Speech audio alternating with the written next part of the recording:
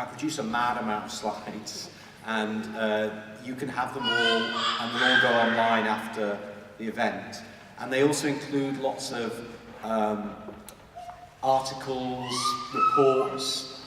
If you're interested in anything I say in more detail, if you just either Google the headline or you go on the Centre for Welfare Reform's website, you'll be able to download that for free. So while I'll skim over lots of that to try and give you a broad overview, don't feel you can't get more information for free elsewhere by following the kind of chain. I'm gonna try and make the case for something that might seem quite challenging, but I'm going to argue that in a way Northamptonshire has tested some of the assumptions that are prevalent across the UK to the point of breaking things. What's going on in Northamptonshire, from my perspective as a Sheffielder, is not that unusual. You've just got you just got there first. I'm going to say that one of the fundamental things is not just about management and governance and democracy, but it's about the way we think about how we solve social problems. So what Northamptonshire has been a leader in is, if you like, the privatisation, outsourcing, contractual, top-down management of social problems. And that doesn't work. We've got lots of evidence that it doesn't work. These kind of systems are breaking down across the country. I mean, the failure of things like Carillion and other kind of big central government outsourcing projects is further evidence of the problem here. And the reason it doesn't work is that that's not how you solve social problems. You have to solve social problems by going, what I would describe as going upstream. So I'm going to try and give you a little bit of a sense of what that might mean and give you some very practical examples of that. And then I'm going to argue really that we do need to start exploring what I would call democratic renewal in this country. And again, this isn't, I mean, with respect, I think this is much more profound than should we shove services up or down, or should we unitise, or, I mean, the level of centralisation in the UK, most UK citizens have no idea at all.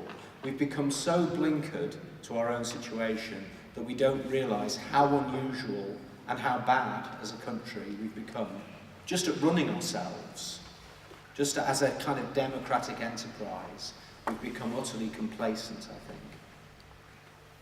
So I think what we need to understand is that there's almost 3 levels of bankruptcy going on here.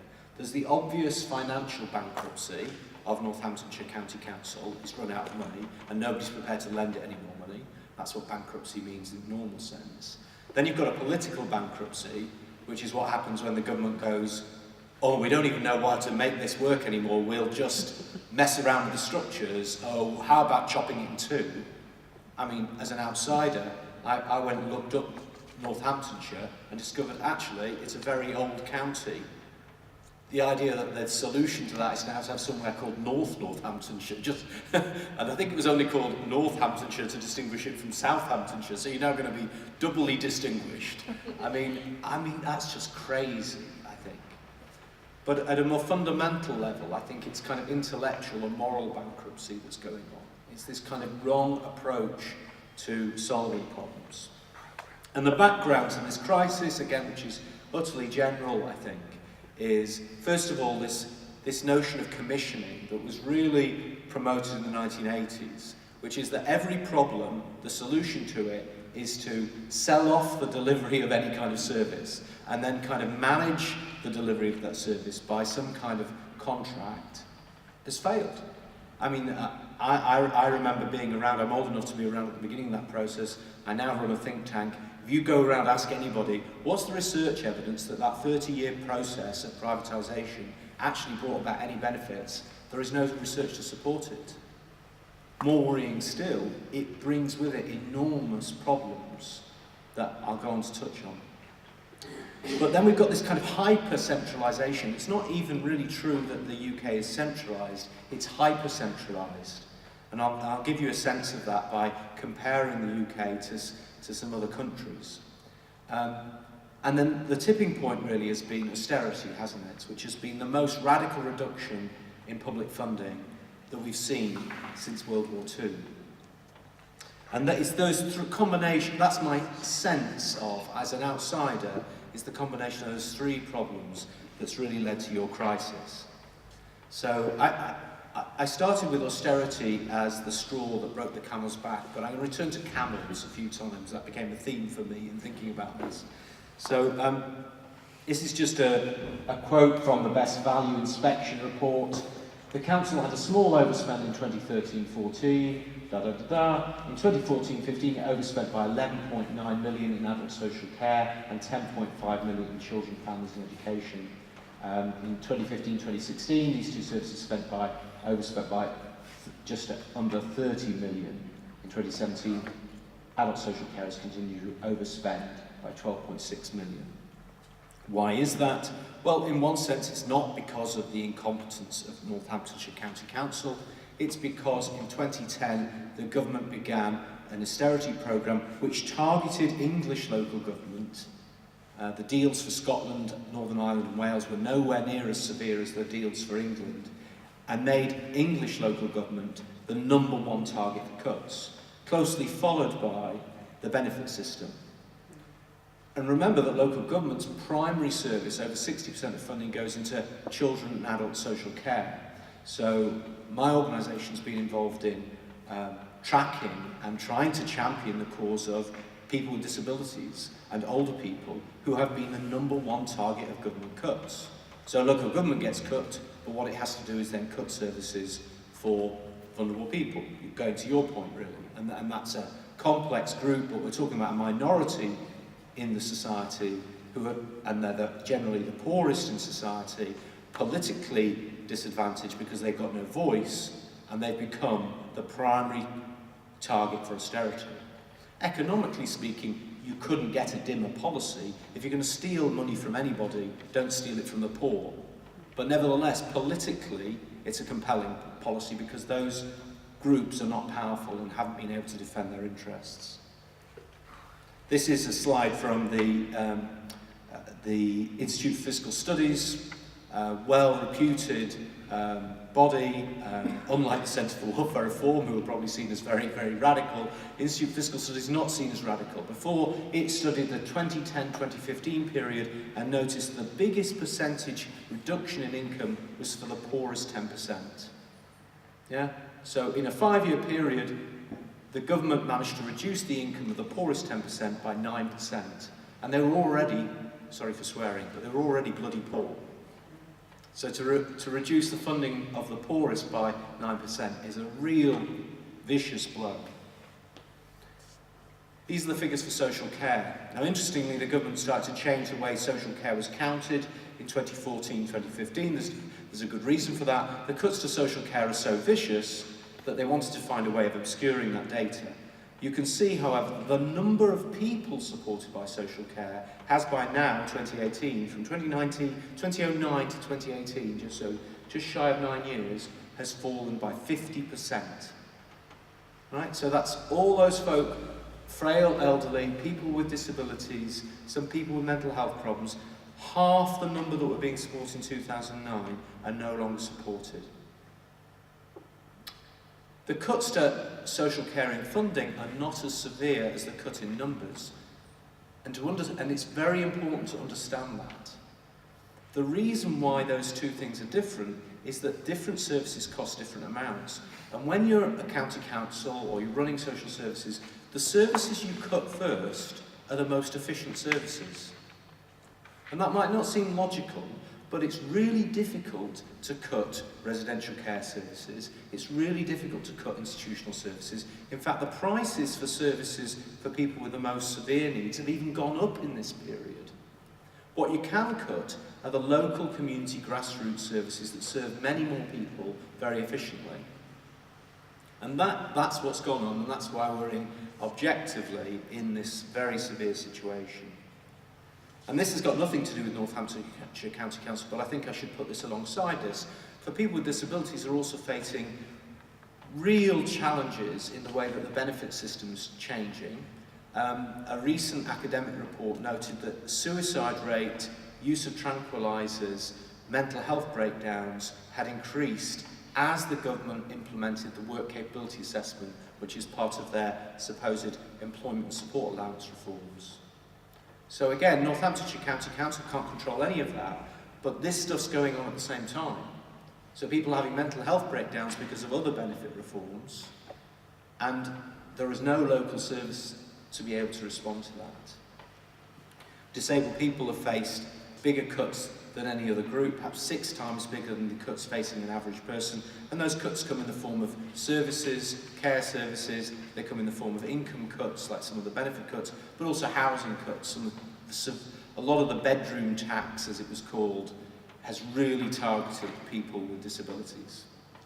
And it's for that reason that 3 different United Nations human rights committees, 3 different committees, have reported the UK as being in severe breach of human rights. And we talk about accountability. Marion talked about the problem of accountability locally. But if you're in a situation where you've signed up to international treaties to respect human rights, the body to which you're a signatory then reports you as having broken people's human rights, and the media coverage is insignificant, then where is our international accountability? It's fascinating in a horrible way to see lots of things we take for granted are not really there. And I put alongside that, we're now at 2,000 food banks in the UK. Did anybody growing up, I'm 53 now, we go abroad and you see people begging. You go abroad and hear about food banks. You would never expect that to be in our country. Has our country got poorer? No. Even through all this crisis, it's basically carried on it's a wealthy country getting a little bit wealthier. So if people are needing food banks, this is to do with distribution of that wealth. Astonishingly, the UK, for a Western country to see mortality rates, death rates increasing for large sectors of the population is even more astonishing. But these are all side effects of the austerity programme. So, austerity broke the camel's back, but in a sense, why are the camels in charge?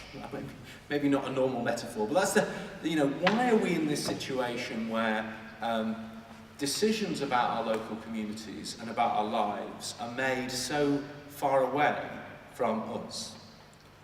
And again, this is from the Future Northants Local Government Reform Consultation, this quote: "The government has taken the unusual step of appointing external commissioners to take over Northamptonshire County Council's functions." You've got a county council, it gets in trouble, and actually what happens is central government takes over. There is no mechanism by which any of that gets changed locally, and in a sense that's just another act of centralisation, isn't it? Northamptonshire has a population of 700,000 people. I discovered, I had to look it up, I didn't know that.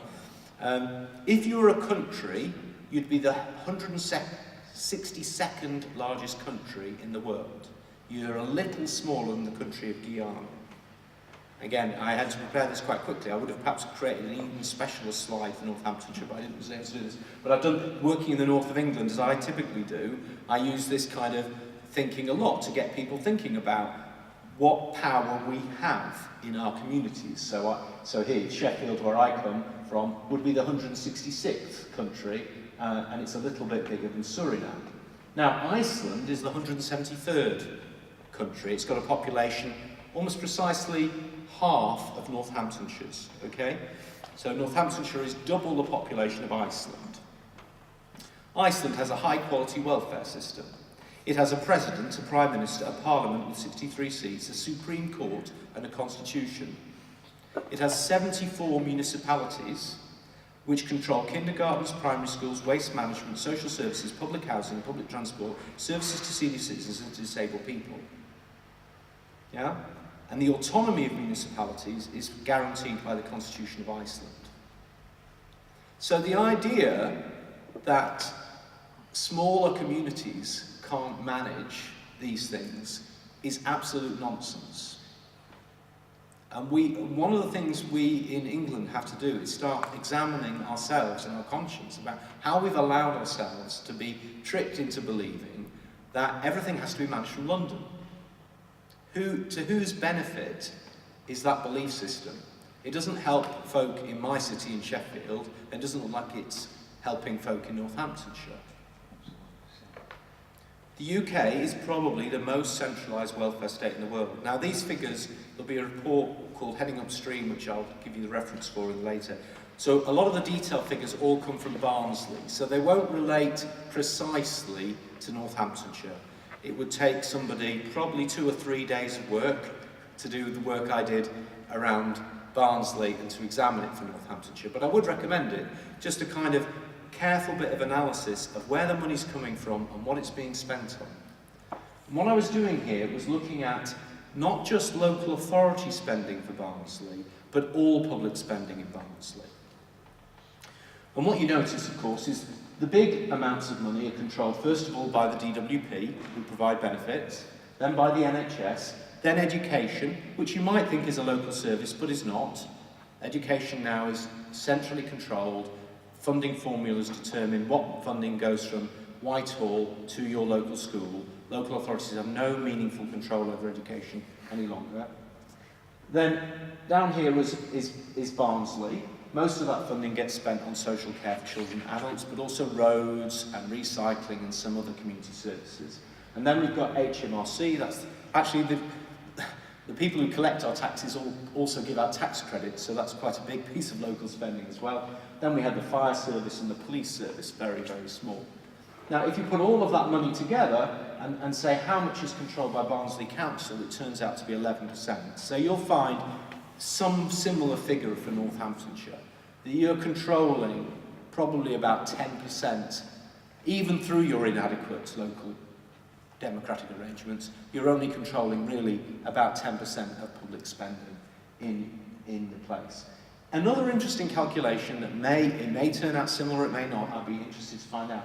I went and calculated what money would you expect to find spent in Barnsley if you took all of public spending, right, for the mathematicians in the room, all public spending, divide it by the number of people in the country, and then multiply it up by the population of Barnsley. Yeah, just like what would Barnsley's crudely fair share of public spending look like? When you compare what it would look like to what it actually is, there's $750 million missing.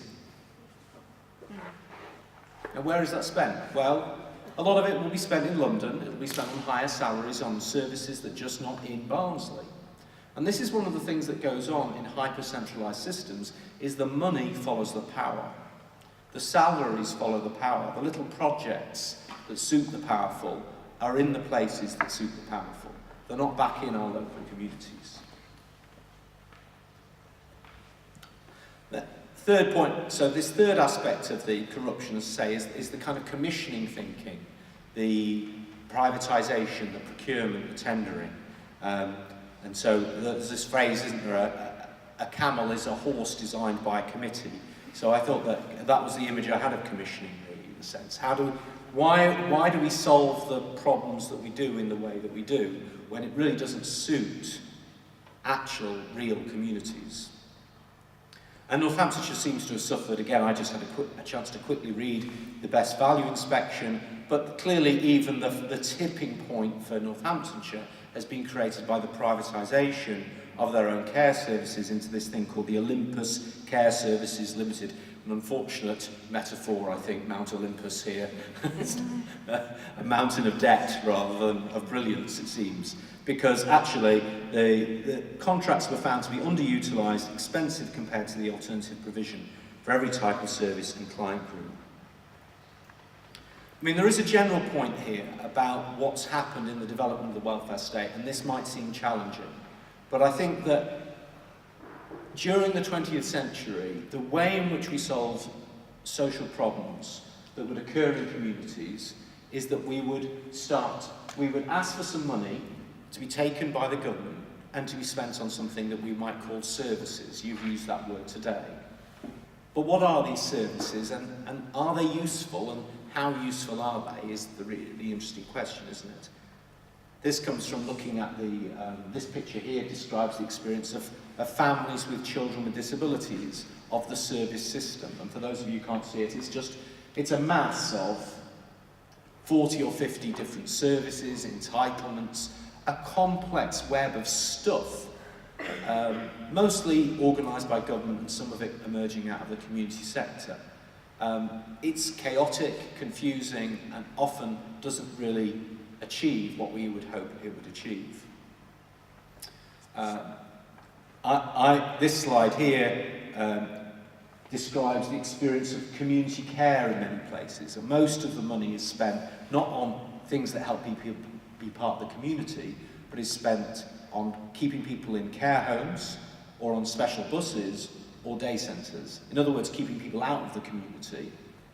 And I summarise that as spending people's money for them on things they would never have bought for themselves. That's really how we've delivered lots of services. And when you actually start to see people take more control over their support, you see people actually create solutions that make more sense to them, their family, and their community. And then you have these kind of barbaric processes that have been driven by central government policy around competitive tendering. So this image says competitive tendering is like gardening with grenades. I don't know who in the room is a gardener, but if you are a gardener, what you have to do is you have to pay attention to your garden. You have to pay attention to what works, what flourishes, and you have to sometimes manage that a little bit. You sometimes have to move things around. I recently moved a Japanese maple from one place to another because it wasn't thriving in a place. That's how you do gardening. What you don't do is say, this isn't working, I'm just going to destroy the garden. And then I'll buy a new garden and put it in place. And that's really how local government, instructed by central government, has been running services since the 1980s. So, I mean, the central thing this is quite a well-known little story, I didn't invent it, but I think it's a really useful image, this image of heading upstream. So apologies to anybody who might have heard this before, but I just want you to imagine a little scenario. And this scenario is that you live in the city with your friends, you're going for a walk along the river. And you see suddenly a baby in the river. So of course you jump down and you get that baby and you rescue it out of the river. And then you see another baby in the river. And so before you know it, you and your friends are all jumping in the river, rescuing babies. You've got a little chain and you've got babies on the side of the river and you're trying to work out what to do with them. And then one of your friends gets up, leaves you and starts walking upstream. And you shout, "Hey, where are you going? We've got all these babies to rescue." And she turns around and she says, "I'm going to find out who's throwing babies in the river." Right? So it's a simple story, it's a simple thought, but if you think about lots of things that this whole world of services is really meant to address, it's very relevant to distinguish downstream solutions from upstream solutions. So a downstream solution is like an institution, a residential care home, a prison, a special unit for people with autism, a care home for children. These are all downstream solutions. They're all very expensive. They kind of start. The starting point is prison, and that's £40,000–50,000 a year, and they kind of go up from there. Well, actually, some nursing care homes are a little bit cheaper than that, but they're all in that. They start, and then they head up to 100, 150, £200,000 a year per person. This is crazy kind of money, and that's what we do when we don't have a good solution. When effectively what we do is wrap things around people, but not things that really work for people. If you go upstream, the really interesting things, the really good solutions, I mean, you do need service, you do need a police force, you do need professional medicine and all of those things. I'm not decrying them, and maybe sometimes we need, occasionally we need prisons, although our rate of imprisonment is far higher than some of our neighbours. But nevertheless, but your job is to have as little of that stuff, if you're smart, as possible, because what you really want is to create upstream solutions so people are not having the kind of problems that trigger downstream solutions. So what do upstream solutions look like? Well, I'm going to give you some examples of that, but broadly speaking, you've got to start shifting resources and power to citizens, to families, to communities, and you've got to start building a safer, better, greener environment in which people can thrive. That's what a smart community would do.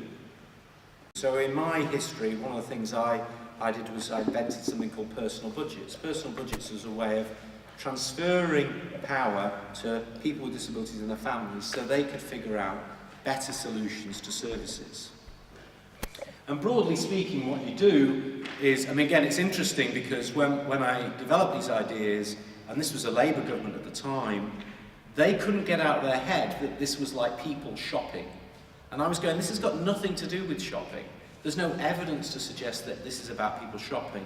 This is about people building better solutions in their lives. It's about people making the best use of the community that they live in, the relationships they already have, their gifts and skills, and the assets they already have. So it's what's called the jargon, it's a kind of capabilities approach. It's an approach based on people's real wealth. So there's a lot of evidence that this is a much more efficient and effective way of working. So if you're thinking about Northamptonshire and a better vision for Northamptonshire, then this would be one of the strategies you'd be focused on. But you'd also be thinking about how to support families. I mean, since austerity kicked in, rates of family breakdown have increased, number of children going into care has increased. What we need are solutions that support families early. This is a report by Women's Centre, which is an absolutely brilliant organisation from Halifax, led by women, women supporting women to get through some of the most terrible circumstances in their lives. Appalling rates of domestic violence, which I, as a man and as having spent all of my previous life thinking about disability, to come out in that world and look at the rates of domestic violence in our communities, I was shocked. And actually, in my little time to prepare for this session, I found that evidence for Northamptonshire also having incredibly high rates of domestic violence. So I think something like 18 out of 100 families being affected by domestic violence, and that's almost always, not always, but almost always women being subject to domestic violence. So huge problems to which you do need good solutions. It was really interesting to look at Women's Centre,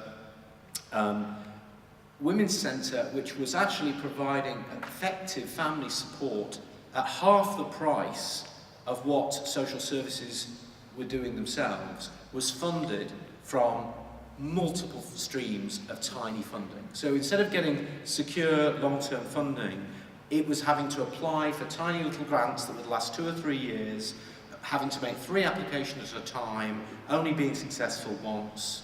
This is an organisation with 20, 30 years of effective history behind it.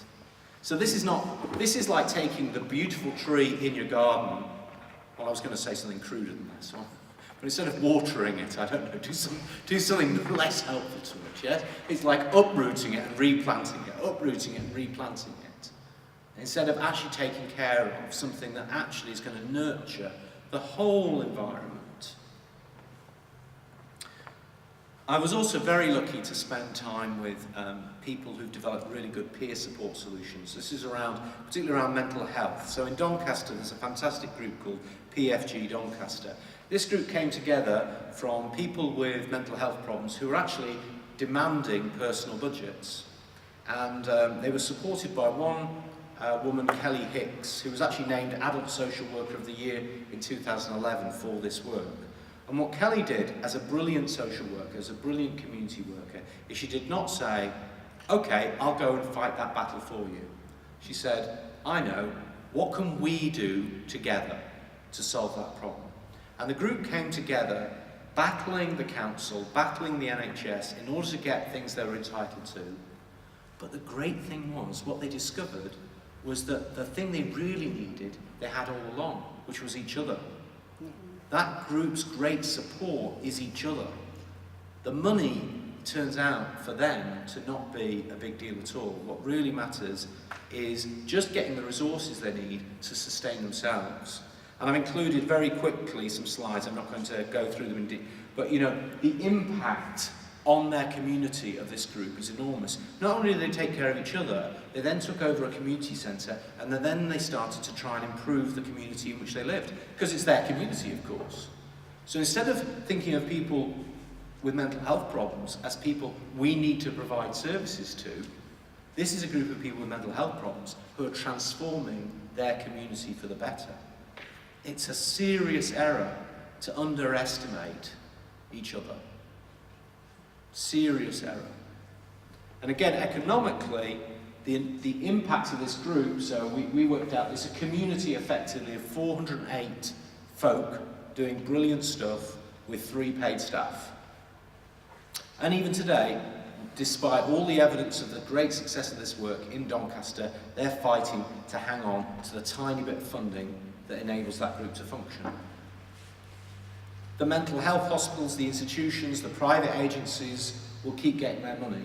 They can't even get a little fraction of it. One of the key issues is actually not going up but going down. Great Western Australian innovation, which has come to England and a few places are doing, is called local area coordination.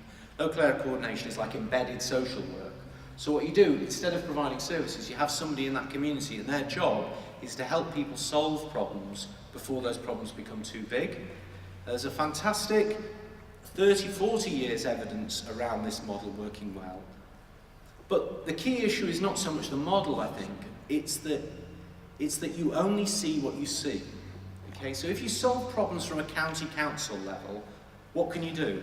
You can have conversations with chief executives of big agencies who come in and offer to sell you all the solutions you need by buying their services, or you sit down and say, well, let's take all the county council services and wrap them in a big private organisation and we'll privatise them, we'll create our own. Do you see what I mean? I mean, the solutions you deal with are the kind of solutions dreamt up by the camels who run the institutions. Yeah, so a chief executive talking to a leader of the council or somebody else will come up with those kind of solutions. But if you want solutions that work in your communities, you need to be seeing what your communities need and what your communities have got. You need to find out what the folk at the Hindu community centre want to do, what they can do, how to use their resources, what problems they've identified.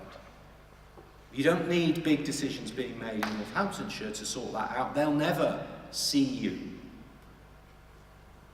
And the huge advantage of this approach is you just avoid pulling people into expensive, stupid services. Mary and I were talking earlier about, I mean, there's been some successful government programmes that have shown us the way, and they've all been killed off. Programmes like Supporting People and the Opportunities for Older People services that existed in about 15 years ago were, you know, for all their flaws, and they had flaws, they encouraged people to do all sorts of interesting, positive things in their communities, and they brought huge benefits. As soon as those services are stripped away, all the costs that were avoided start coming back and starting eating away at the system.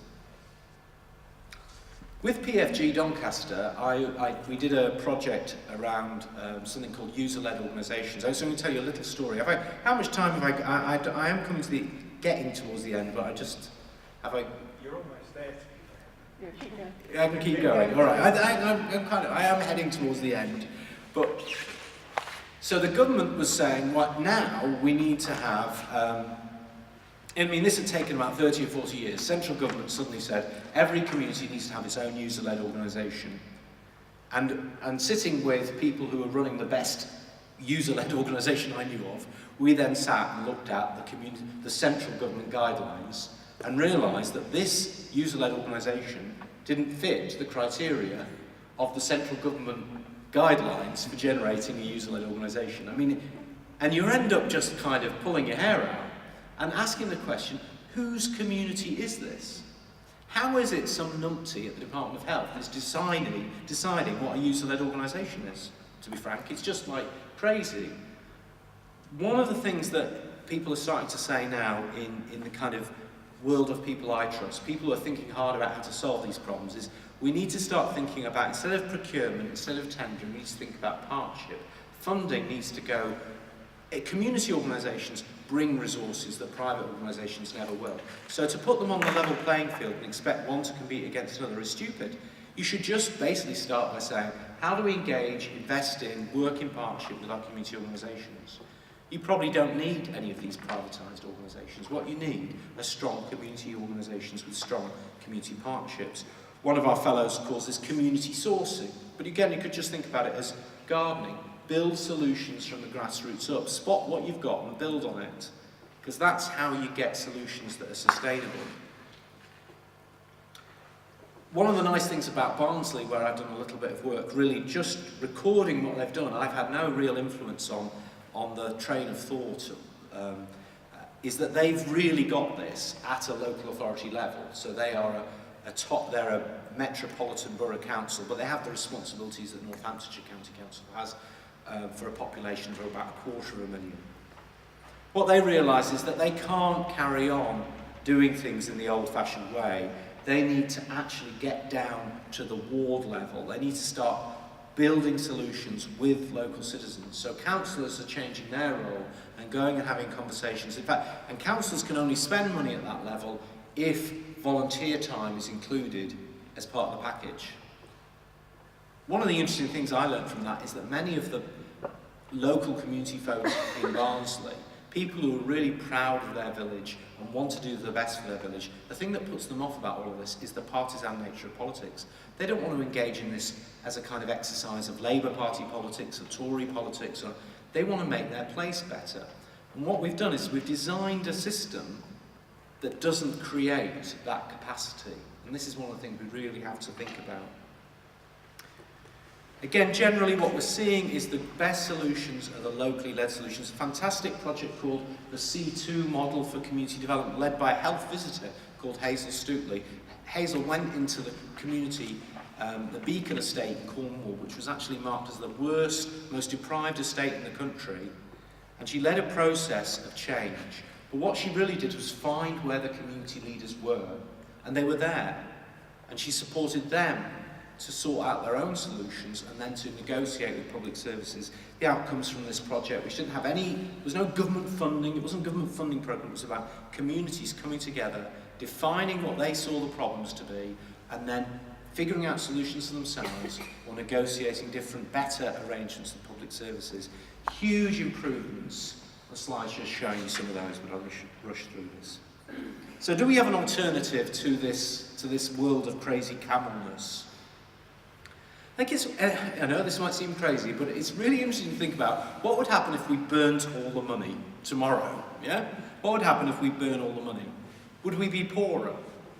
We'd still all be here, folks, wouldn't we? I mean, best thing we ever did. Yeah, well, I mean, we might find we do want to recreate some form of money, but the human beings would still be here, the buildings would still be here, nothing would be different. Money is just a mechanism we use to transfer responsibilities and power around our society. So what's going wrong is we haven't figured out how to do that sensibly.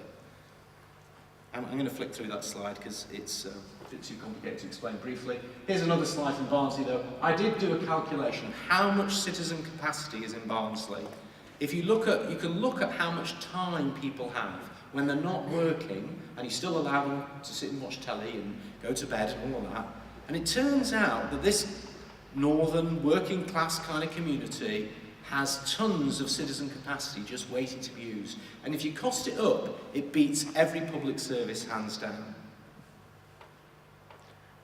If you think about what Athens did 2,500 years ago in inventing democracy, it assumed that the job of a democracy was to get lots of stuff done by using its citizenry. Athens was even more radical than Iceland. It had, for a population of about 300,000, 140 demis. Demis were just like little areas where they made democratic decisions together.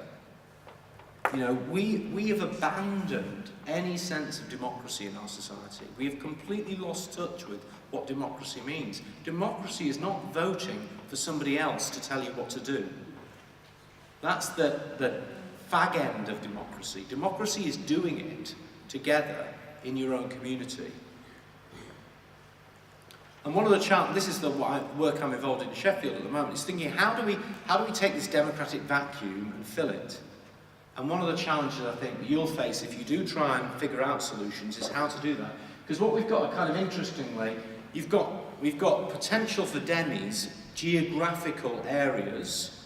So, you know, instead of thinking about 7, you should be thinking about 70 or 140 or 210 geographical areas. Because if you really want to have local conversations, it can't even be Wellingborough. It needs to be something smaller than that. But we've also got, you know, what the Athenians would have called tribes, what you might think of in terms of the different communities. The faith community tribe, if you like, just because we're here, and think about that. I mean, in my experience as a Christian, actually the faith communities can get on really well and actually represent the sector in themselves. They don't represent everybody, but they represent an interesting slice of the human beings in a place. And they'll crop up everywhere. So all of those people in the faith communities will be in your 210 demis or your 300 demis or however.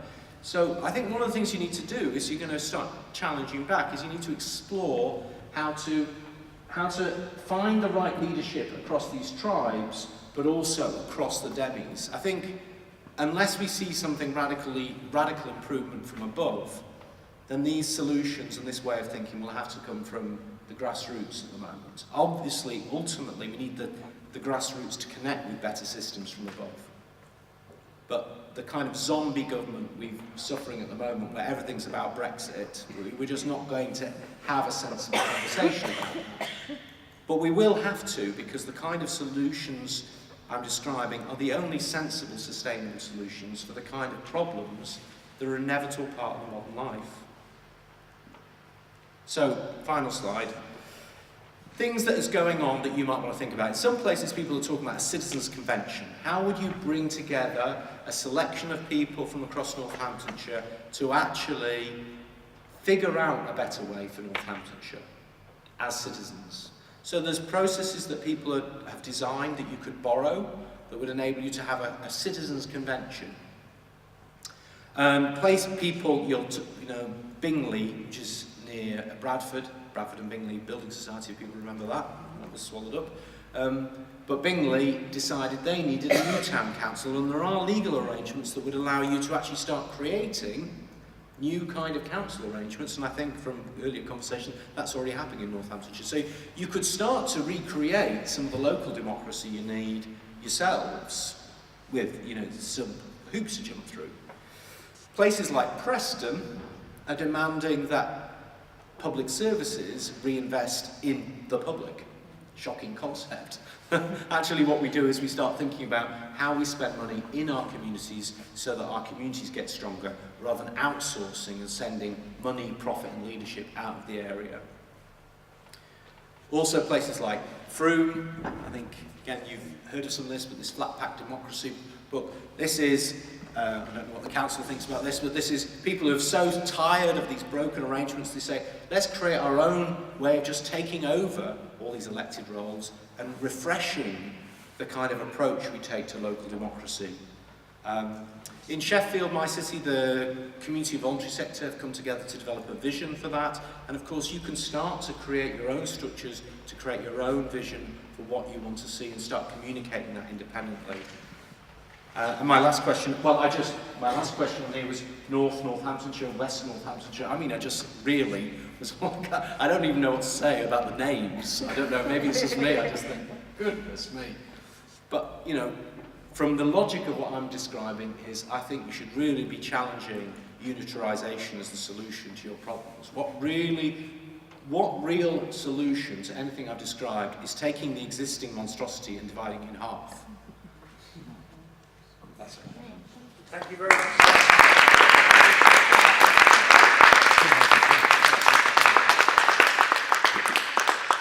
So the next item on the agenda is Simon fielding some questions from everybody here. So I guess there's probably more, there's an awful lot of questions raised by that. I've certainly sort of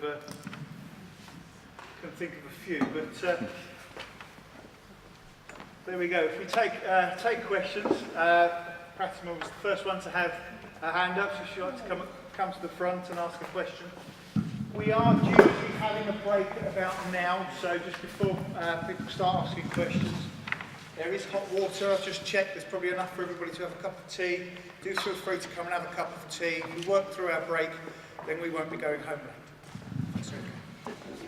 Many thanks, Simon, for that, because this is exactly what we need in terms of just raising our vision to what could possibly be what we want in our communities. What feels really difficult at the moment, and pragmatically so, is the timetabling of it, and the fact that central government is involved. And, it's kind of how do you stop the pace so that we can have time to do this, and none of us are resourced to influence to the degree you're suggesting.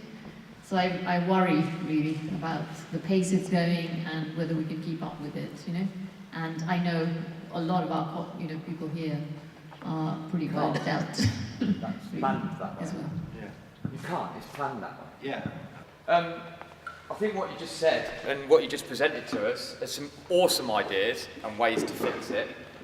I do feel sometimes, because obviously you work within a certain area, sometimes the language for me plays into the hands, like you just said, how do we do it? Oh, I don't know how we're going to do it. Again, I think that's deliberate, and I think it also, like using the word austerity. Everyone knows what austerity is, yeah? But do we? Because we keep calling this austerity, and austerity is just a lack of resources and thing. We've got the resources. This is oppression. From my point of view, it is oppression. It is deliberate. It's not austerity. It's not that we haven't got enough. Like you just said, burn all the money. We've still got the buildings and we've still got the people. We have all the resources that we need. Okay? Everything else that I could see where it's not working at the moment is all around divide and conquer. Of course it's all in all these little groups.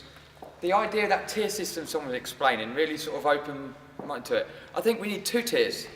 We need a governing for the whole of thing. We just need one unitary, that's called Northamptonshire. And then let everybody else do their control from the towns, from the parishes, but feed up and work together. Yeah, you've just got to say. It's great. You're just going to go. No, I just wanted to say, but that's what I'm seeing, and my questions come all out of that. I agree with that last bit at the end. Let's have people that are actually professionals, not politicians, within each area, whether it be art and culture and blah, the deans, you call them. Deans feed into their local parishes and then feed up into one main council and all work together as one group, instead of keep separating us all up. Thank you. Thanks. And no, that's a powerfully made point. I agree with that. I mean, it's a real the challenge about timing, and I mean, yeah, it's designed not to allow you. I mean, I read the consultation document. I mean, it's just a joke, isn't it? I mean, so what can you say? But so you've got to strategise. You've got to think. I don't know.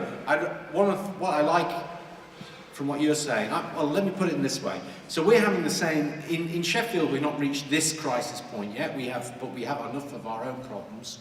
Busy having privatised the tree felling operations for 25 years in advance is just an amazing thing. And that's what you do. If you just think about that as a democratic thing. Like we, as a community, i.e., a bunch of Labour councillors with no accountability to anybody, signed a 25-year contract, which means that a private company can cut down our trees. And it's interesting whose trees are they? I mean, I'm not trying to go on a Sheffield thing, but it's the similar point. Who's the trees? Who's the land? When a council sells off part of your land, it's your land they're selling off. It's talked about as if it's the council's, but it's ours, it's common property. So It'd be a London-based company that comes to take the profits of actually cutting them down when you've got tree fellers in Sheffield. yeah, or Mr. Branson with his tax havens. And then, anyway, we won't get into that, but I agree with you. So the thought that came into my mind, so in Yorkshire, we're having this conversation when we recently elected a Sheffield City region mayor. What's the Sheffield City region? Well, exactly, I come from Sheffield and we don't recognise what it is. It's an attempt by central government to further centralise things by allowing Sheffield to try and grab Barnsley, Doncaster, Rotherham. And this kind of mode of thinking, that the only solution is to make everything bigger, is crazy. And I say this as a Labour Party member, but I actually really like the Yorkshire Party. The Yorkshire Party at the Sheffield City Region Mayor, the Yorkshire Party's agenda was very clear. And I do wonder whether you could try this as a script. They said, we want the same powers Scotland has. And then when we have those powers, we'll push down power to the local communities within Yorkshire. There's nothing unfeasible about that. You're the size of two Icelands. Yeah, you could have 150 areas. You could steal Iceland's model and be running it successfully in Northamptonshire. They actually held their bankers accountable. Yeah. So, I think that might be, it's a funny way of that, but I think one of the things you have to do maybe, and it's a challenge, especially it's a challenge to bring everybody on board, but is find some fairly simple ways of communicating the central message, actually. And don't get drawn into, should we have one unitary or two unitaries, or I do think it's worth, and this is why I'm a fan of Yorkshire. Yorkshire, for Yorkshiremen, and I'm a kind of newbie Yorkshireman, I've only lived there since 2002, but I've adopted it as my home. We know what it is. It's got a history, right? What you should look out for are people messing around with boundaries, because there's always an agenda. The Bible says never move a boundary stone, right? And that's about theft and identity. If you move a boundary stone, what you do is you throw up confusion about who you are, where you are, what the accountability is. So I would say, like, hang on to that you have and demand that it be made to work. And that might be one way of coming back on this. Whereas I think your two unitaries is all a trap. Where's the saving? Even in the mentality of the people who think that everything's about privatising everything, although they've privatised almost everything, it doesn't make any sense to take that model and just half it. They're all corporate mentalities. Yeah, it's just a confusion. Sorry. So, One more question, and we move on to working some of this out ourselves. I grew up in South Yorkshire, so I know many of the issues that you've spoken about. When the last local government reorganisation happened in 1974 and it went metropolitan, Rotherham, Barnsley and Doncaster all said, we don't mind where the central things are as long as they're not in Sheffield. 40-something years later, it's not very different. You spoke rather satirically about the key decisions now going into splitting it into two. I don't think that's key at all, because there is not yet a clear decision as to whether it will be one unitary.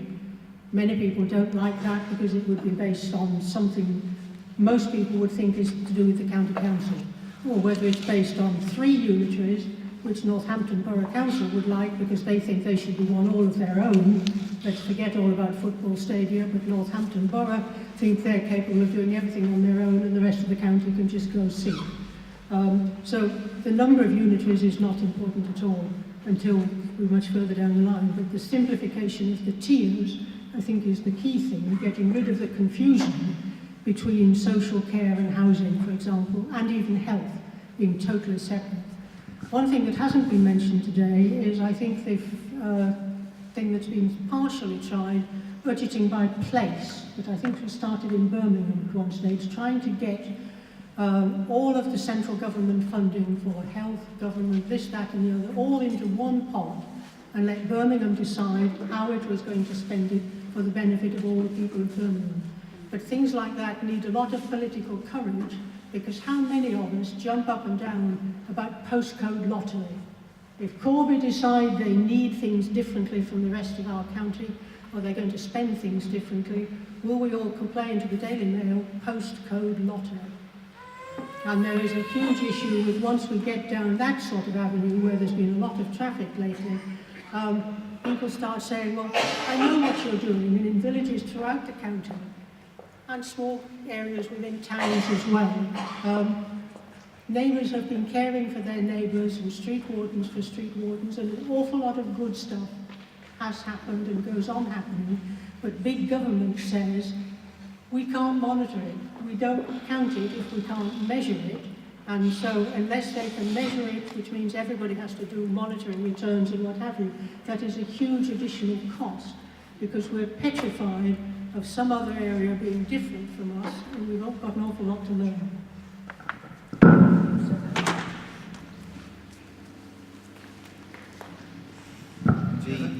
So shall I just say one brief thing, and then, so I think one of your key points I probably disagree with a bit, but there has been a long-standing question about where should powers lie, and the housing and social care thing is an issue. I suppose the point I'm making is we can be much more radical, this is my contention, this is my offering, than we've been capable of thinking. If you go into other countries, it's common to see all of those. Housing, I'm not saying integrate housing upwards, I'm saying push it down, and push social care down as well. If you really want good, smart, local solutions, then you need to have local conversations. And you need more democracy, not less democracy. What we've managed to do as a country is convince ourselves that the problems we have are, oh, well, we don't want so many of those politicians, or we'll let Westminster sort all this out for us. And that's been the disaster, I think. Okay, we're going to one more brief point and then a comfort break before we start the second part of the session. Hi, I'm, as well as being a counsellor, I'm involved in lots of voluntary groups and organisations, and I see the same faces again and again as the volunteers. How do you get the extra resources you need to push more down, because these people are all pretty much up to capacity now, the people are prepared to give. That's a question. Yeah. So I think so Barnsley, for instance, where there's been intentional policy from the council to connect with community, what they've done is, for one thing, they've created systems that allow councillors to be in conversations that are not party political, and people don't feel that they're being kind of brought into party political debates. And I think they're only just beginning to play with that, but they're beginning to see big benefits from that. By pushing spending decisions down and allowing people to make those decisions locally, that engages people, it activates people. So you've seen a huge growth in volunteer numbers in Barnsley. And what they're tapping into is that sense of local pride. So the challenge is, Barnsley sounds like a place with 250,000 people, but of course it itself is a combination of a town and lots of villages. And people don't want to go to Barnsley, never mind Sheffield, to have these conversations. They want to do it in Penistone, you know, or wherever they are. So I think that's one of the things, is you have to change the locus of the discussion, and then you have to tap into the the more and more we centralise things, the more and more disempowered we feel. In Sheffield, my city, people are animated by the health service, but they're animated by anger. We can get volunteers out on demos, but we can't actually do anything differently, because all the power is now being taken away by bodies that are even floating above Sheffield. So I think you shift power down, you change the conversation, and you change the nature of kind of democratic engagement, I think. And there's a whole bunch of things you can do. But if you just carry on using the same old structures and just hoping to see some fresh faces, it won't happen, you know. And people are switching off, and they're switching off effectively we've killed the democratic system, and then we sit around the corpse waiting for people to turn up. No, it's dead. So you have to actually start with some fresh thinking. Can I just say some thoughts in respect to that question as well? I think if you think about the population of Northamptonshire, 740,000 people, and loads of people are helping each other every day in lots of different ways. And I think, let's pick up on the point that Simon made earlier. Actually, we could use public resources. We could use community resources to invest in people and communities.